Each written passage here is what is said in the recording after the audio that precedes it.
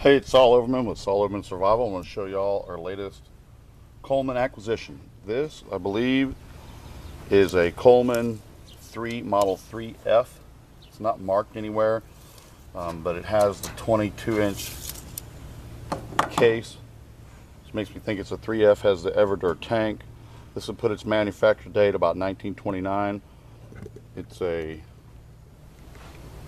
2-burner. Has the heavy cast burner assembly, retractable knob for the auxiliary burner. This one has the bar type rack.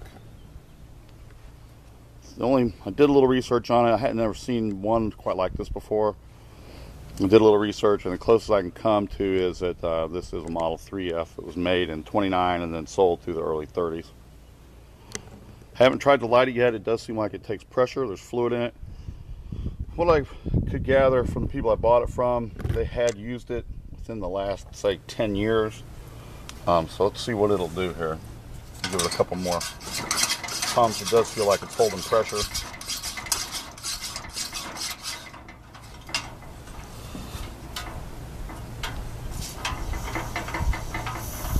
Moving gas.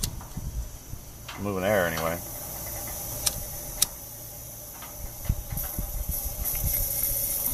There it goes. My experience with these old Coleman stoves is that the tank will hold pressure. Generally, the stove will work. I found that to almost always be the case. I know some of them do. They get the valves get plugged up and so forth, where they won't run. The generators will rust out, and this generator does look pretty rusty down where it passes over the flame. But apparently it is holding pressure. That generator probably would be very hard to find. It's going to have to be a specific size for this stove. These Everdur tanks, I have had some of these before with these tanks, and they always seem to work. I have had occasionally bought some old ones where the leather washer on the pump needed to either be replaced, or a lot of times just oiling them will actually get them to work. You can get a pretty bad looking one, and as long as it's fairly intact, and oil it, and then like the next day it'll absorb that oil, and the next day it'll work. See if the auxiliary, see if we can turn our raw fuel knob down. It's still cooking all right. Not the rest of the way up. It's all the way. See if our auxiliary will work.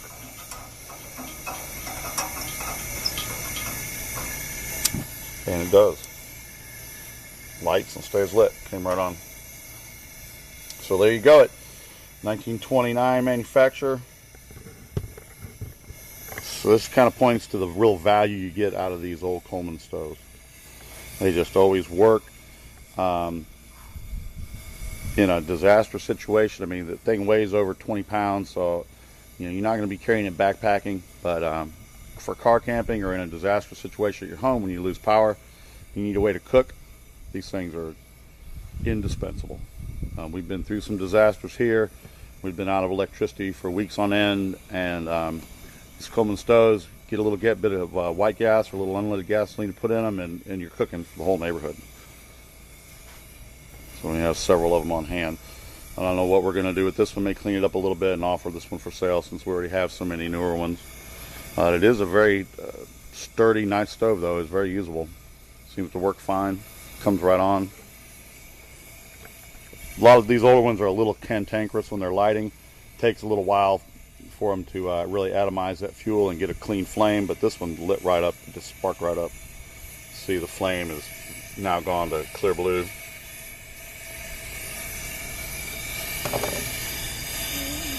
And it's quite hot.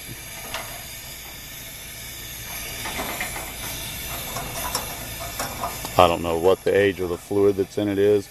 One thing I found is that the Coleman fluid is very stable. I've used some that I know is every bit of 20 years old, and it seems to be fine. This lights right up.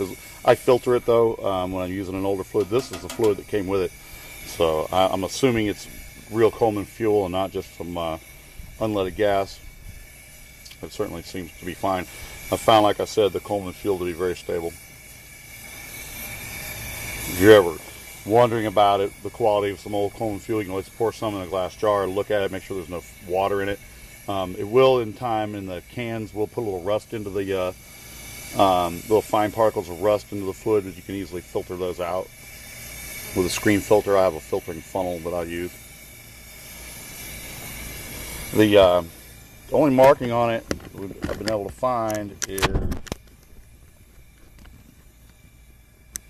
on the tank. It's right there.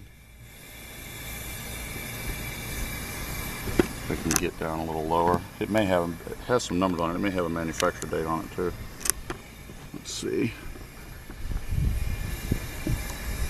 It says fuel tank. I don't see any manufacturer numbers on it. I haven't really flipped that around and looked at all sides of it yet to see if there's any kind of stampings of it. I don't think these were marked with a date, a manufacturer date. The pre-war ones, I don't think generally were marked with a manufacturer date anywhere. This probably originally had a sticker up here. It's gone now, or may have had one here that's gone. But some of these old other photos I've seen of these old 3F stoves, they're not marked anywhere. Some of them aren't green either. Some of them are black. This one's pretty good shape. It's got a little bit of a little indented right there. It's probably fixable. The windscreen there is a little dented, just a little wobbly. I don't know if you can even see it. A little misshapen. Doesn't affect its usability certainly at all. I'm going to shut this down. So there you go. It Model 3F from the 30s, Everdura tank, working fine as advertised. Good American product, works forever. Thanks for watching. This is Saul Overman. Have a great day.